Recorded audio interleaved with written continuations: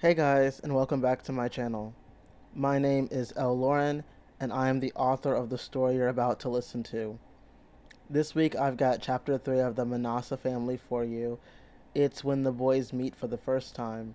It's kinda hot, and I think you guys will enjoy it. Also, as a heads up, in chapter 1 I had a character named Enid. His name was supposed to be Ehud, so that's what it's going to be called moving forward. So don't be alarmed. There's nobody new. I made a mistake. Anyway, can anybody guess what the name inspiration is? Leave your guesses down in the comment box and also let me know what you think of the chapter. The Manessah Family, Book 1, Chapter 3, Amaziah. He had tracked his driver, sitting on his couch, still fully dressed from his last meeting. He tracked his driver across the city, coming from the south side all the way to his place. He heard the car pull into the driveway, and then he posted himself at the door once this person Ehud had hired reached it. He had listened to the movement, and when he opened the door, it was his first time laying eyes on the man he was going to spend the rest of his night with. What he saw on his porch steps made his jaw hit the floor. Usually, Ehud had a way of exaggerating, but not this time. Ehud had been modest.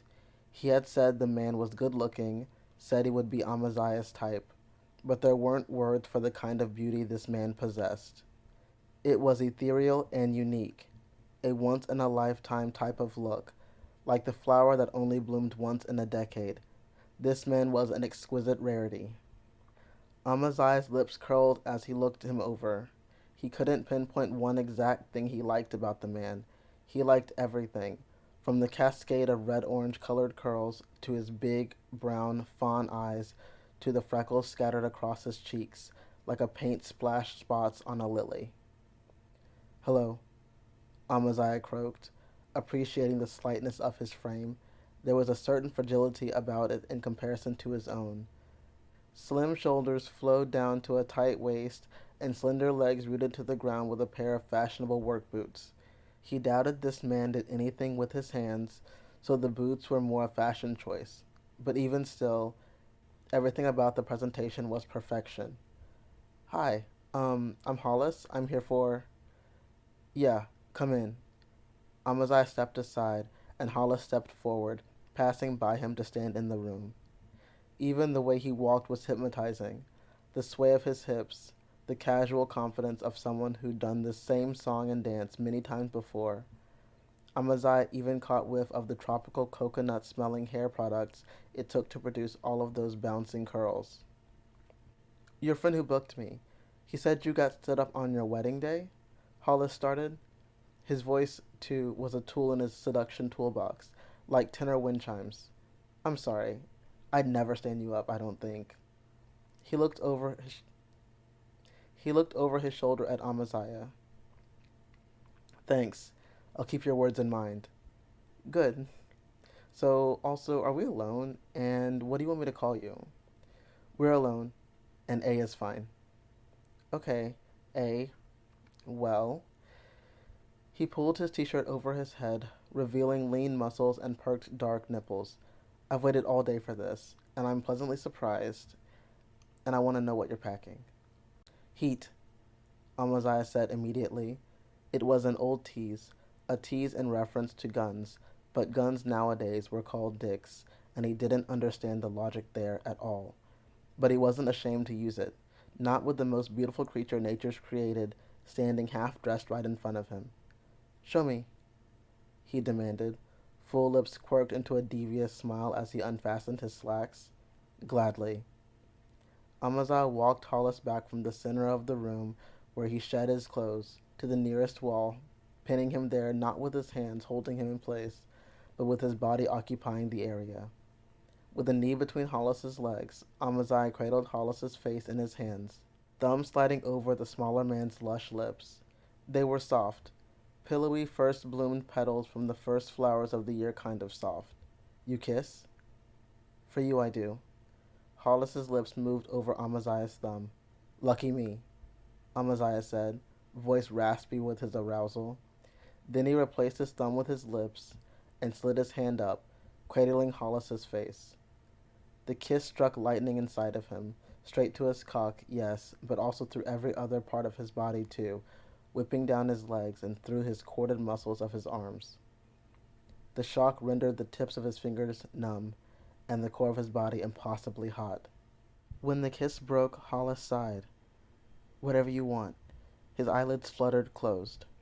Amaziah shuddered but didn't challenge Hollis's offer. It had been a while since he'd been with another man, even longer since another man had been in his space, and truthfully, he couldn't even remember having as beautiful a man as Hollis, not paid or otherwise. His desire split him in half. On the one hand, he wanted to turn the smaller man over and take him, rough, fast, and desperate, fill him and jerk him until he came to. On the other hand, he wanted to savor every bit of Hollis, drink him in, bit by bit, like the precious droplets of honeysuckle nectar, sweet and refreshing on sweltering hot summer days. The primal desire won, and Amaziah ripped through what was left of Hollis's clothes, tight jeans and fitted, thick-banded briefs, and spun him around.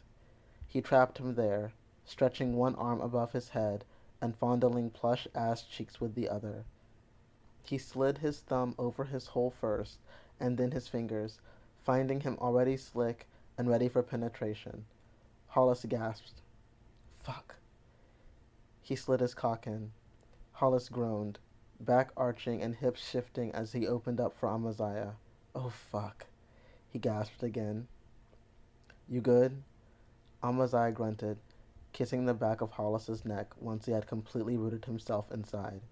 He paused, giving them both time to adjust to each other before he started moving his hips.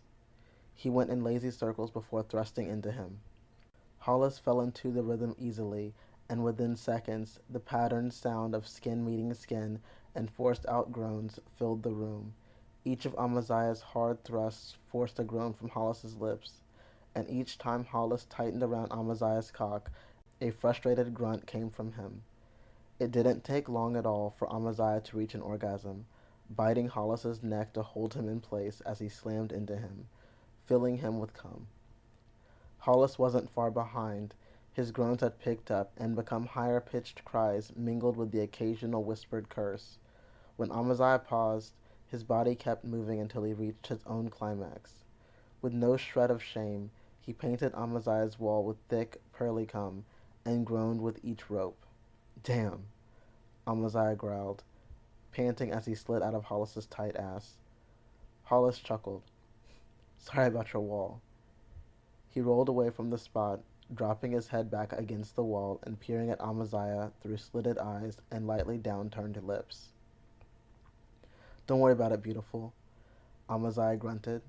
He had been fully clothed, and his sweat-soaked shirt clung uncomfortably to his body. He ripped it over his head and tossed it aside. He stepped out of his shoes and slacks next. Hollis watched, gaze lingering on Amaziah's still hard cock before he lifted his gaze back to Amaziah's face. This was the appetizer. If the main event is anything like this, I think I'm going to have a lot of fun tonight. Huh. Now bare, aside from time-faded tattoos, Amaziah stepped up to Hollis again, resting a heavy hand on his slim hips. "So am I." He scooped Hollis up with one arm under his ass and carried him into the bedroom, where he took rounds 2 and 3. First with Hollis on the edge of the bed, ankles resting on his shoulders, and second with Hollis's shoulders pressed into the sheets and his ass up on display.